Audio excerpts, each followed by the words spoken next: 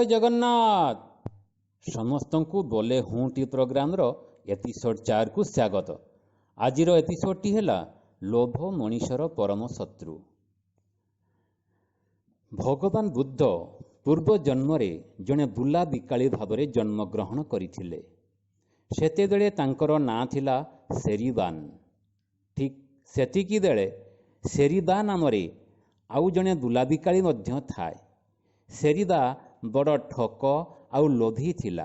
फलरे तार व्यवसाय भल चलिला नहीं। सुतरां दिने सेरिदा तार साथी सेरिदान को कहिला, भाई चलो आने दुहें एकाठी मिलमिशी बेपार करिदा। एक समय रे दुहें गोटिए गाँ को जिदा नहीं। एभली कले भल बेपार चलिबो। एही कथारे सेरिदान राजी हेई गला।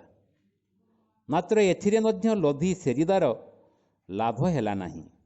तहु से एक नुआ उपाय पांची सेरिदान को कहिला, भाई एथर आने सांग होई गोटिए गाँ को जिदा, हेले एक प्रकार जिनिस बिक्री करिदा नहीं। एही कथारे भी सेरिदान राजी हेई गला। दिनकर कथा, सेरिदान ओ सेरिदा दुहें गोटिए बड़ गाँर विपरीत पार्श्वरू प्रवेश कले। दुहें सेमानंकर जिनिस बिक्री आरंभ करदेले। सेई गाँर एक भंगा झुंपुड़ी घर भितरू गोटिए छोट झियो धाई आसी सेरिदा को घर को डाकी नेला। तार गोसेई माँ पाखरे कंढेई किणिब बोली अली कला। हेले पाखरे पैसा नथिबारु बुढ़ी बड़ अड़ुआरे पड़ीगला। नातुणीर एका जिद कंढेई किणिब ही किणिब। एथर बुढ़ी तार पुरुणा भंगा पेड़ीरू भंगा रुजा अलंकार बाहर करी बेपारी को देला ओ कहिला, एहा बदलरे मो नातुणीर मनलाखी कंढेईटीए दियो। सेरिदा अलंकार को देखी जानी पारिला एहा निश्चय मूल्यवान अलंकार हब। अनुमान करिनेला एहार दाम 1000 टंकारु कम हेब नाही। तार भारी लोभ हेला। आउ जिनिसटी बहु पुराणा होई नोइला होई जाइथिबारु कहिला, माउसी एइटा तो पैसाकर मूल्य हेबनी। मोर कंढेईर मूल्य तो 4 पैसा। एहा बदलरे मु कंढेई देबी केंती? बरं मो ठारु पैसाटीए नेई ए जिनिसटी को देई पका।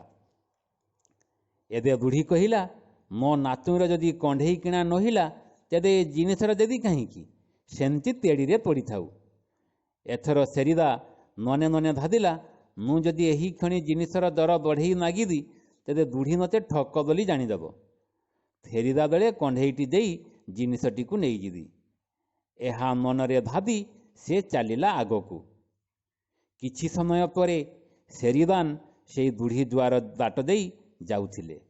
बुढ़ीर नातुणी चूड़ी पिंधिब बोली पुणी अली कला।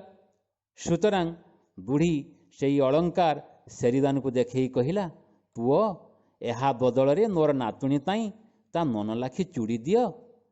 सेई अलंकार को देखी सेरिदान कहिले, माँ ये तो मूल्यवान अलंकारटीए, पाखापाखि 1000 टंका हब।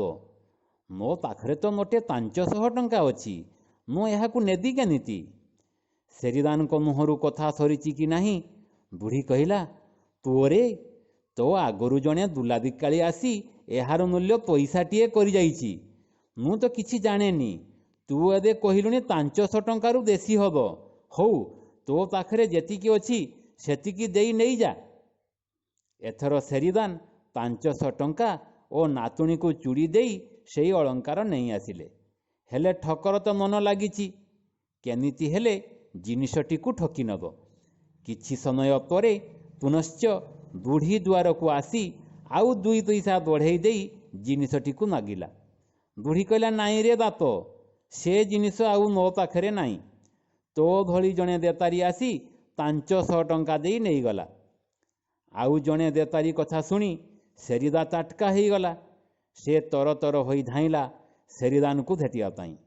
सीए तो दरदाम आग करिथिला। सुतरां जिनिसटी को किणी नबा हक होउची तार। 500 टंका हौ पछे जिनिसटी केमिति हेले पाइबो। एहा भाबी से नई घाटरे पहुँचला। सेतेबेलू सेरिदान डंगारे बसी ନଦୀ ତାର ହୋଇଗଲାଣି।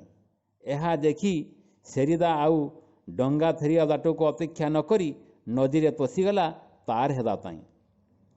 ମାତ୍ର ଅଥଳ ଜଳରେ ସେ ଭାସିଗଲା ସିନା, ପାର ହୋଇପାରିଲା ନାହିଁ।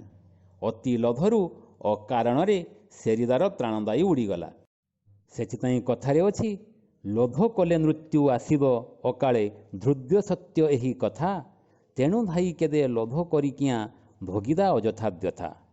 ଯଦି ଆପଣମାନଙ୍କ ମନକୁ ଏ ଗଳ୍ପଟି ଛୁଇଁଛି, ତେବେ ଆମ ଚ୍ୟାନେଲକୁ ଲାଇକ୍, ସେୟାର ଆଉ ସବସ୍କ୍ରାଇବ୍ କରି ଆମକୁ ଉତ୍ସାହିତ କରିବା ହେବେ। ଧନ୍ୟବାଦ।